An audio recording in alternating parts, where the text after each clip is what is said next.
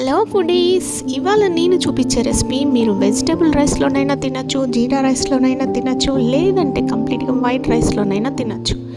అలా కూరతోనే మొత్తం ప్లేట్లు లాగి చేయొచ్చు. అంత టేస్టీగా వస్తుంది అనమాట. మీరు కొత్తగా వంట నేర్చుకునే వాళ్ళైనా సరే, రాని వాళ్ళైనా సరే ఈ కర్రీని చాలా ఈజీగా చేయొచ్చు. అదే అండి మిర్చి మసాలా కర్రీ. సేమ్ రెస్టారెంట్ స్టైల్లో చేసేసి అదరగొట్టేయచ్చు. చూద్దామా మరి ఎలా చేయాలో?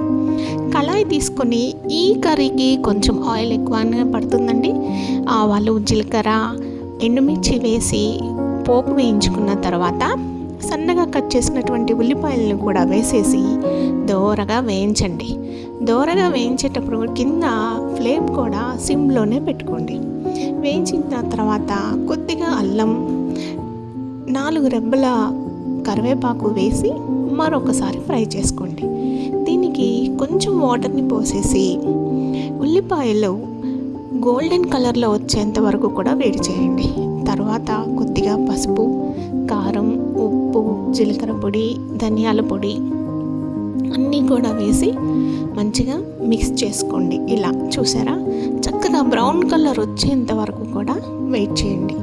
ఇప్పుడు బజ్జీ మిరపకాయలను తీసుకోండి. ఈ బజ్జీ మిరపకాయలు కనుక మరీ పెద్దగా ఉంటే కనుక ఇలా మధ్యకి కట్ చేసుకొని అక్కడ ఘాట్లు కూడా పెట్టుకొని వేసుకోండి.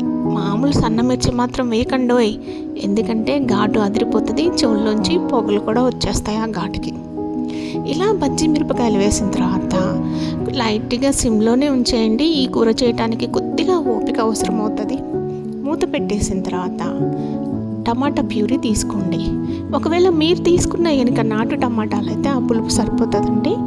లేదు మాకు నాటు టమాటాలు దొరకలేదు, హైబ్రిడే ఉన్నాయి అని అనుకుంటే కనుక ఆ ప్యూరీ వేసేసిన తర్వాత 1 టేబుల్ స్పూన్ నిమ్మరసం పిండుకోండి. టేస్ట్ మాత్రం ఒక లెవెల్లో వచ్చేస్తుంది. సో ఇప్పుడు ఏం చేస్తారు అంటే మంటను అలాగే స్లిమ్లోనే ఉంచేసి కొద్దిగా వాటర్ పోసేసి మూత పెట్టేసేయండి. మంచిగా తిప్పండి. కూర అంతా కూడా ఒక దగ్గరే ఉండకుండా ఉండడానికి అని చెప్పేసి మంచిగా తిప్పండి. ఇలాగా తిప్పిన తర్వాత మూత పెట్టేసి మళ్ళీ ఒక 5 నిమిషాలు కుక్ చేసుకోండి. ఫ్లేమ్ మాత్రం లోలోనే ఉండాలి అండి. మళ్ళీ మూత పెట్టి తీసిన తర్వాత ఇలా ఉడుకుతూ ఉంటుంది.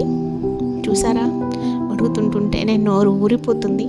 ఇలా నూనె మొత్తం సపరేట్ అయిన తర్వాత సన్నగా కట్ చేసుకున్నటువంటి కొత్తిమీరను పైన అలా చల్లేయండి.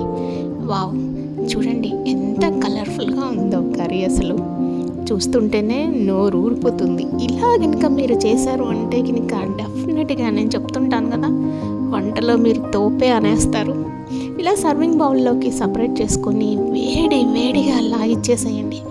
ఈవెన్ ఇది చపాతీలో కూడా చాలా బాగుంటుంది. తిన్న వాళ్ళు మాత్రం పర్ఫెక్ట్గా చెప్తారు ఇది ఎవరో ఎక్స్పర్టే చేశారు అని. ఈ విధానం మీకు నచ్చినట్టయితే మీరు కూడా ట్రై చేయండి ఒకసారి. డెఫినెట్గా మిమ్మల్ని కూడా ఇలాగే మెచ్చుకుంటారు. ట్రై చేసి నాకు కామెంట్ చేయండి. Thank you.